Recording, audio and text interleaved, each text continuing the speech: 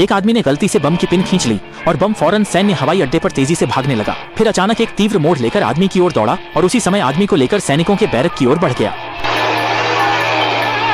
आदमी ने ब्रेक पर पैर रखा था कि लोहे की बाल्टी उसके सिर पर गिरी।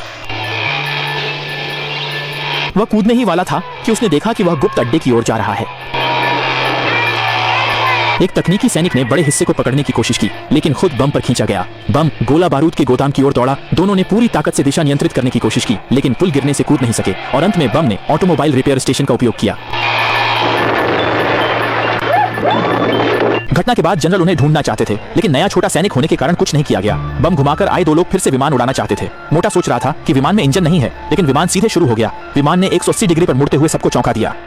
एक्सेलरेटर दबाकर विमान मरम्मत कारखाने की ओर लौट आया। 3 बड़े कारखानों के नीचे से गुजरते हुए 500 मरम्मत कर्मचारियों के बीच से भागते हुए अंततः विमान आसमान में उड़ गया। आसमान में नए सैनिक पांडा को लगा जैसे ऐसी चालू हो गया हो और वह जैकेट पहनने की सोच रहा था। मुड़कर देखा तो डर गया कि वह 10,000 मीटर ऊपर है। उसका शरीर कांपने लगा और वह हिल नहीं पा रहा था। साथी की मदद से खड़ा हो पाया, लेकिन गलती से लगभग गिर ही गया। सौभाग्य से उसके पैर पंखों में फंस गए और फिर विमान खुद उड़ने लगा, जिससे नए सैनिक छोटे पांडा का सिर लगभग चकरा गया।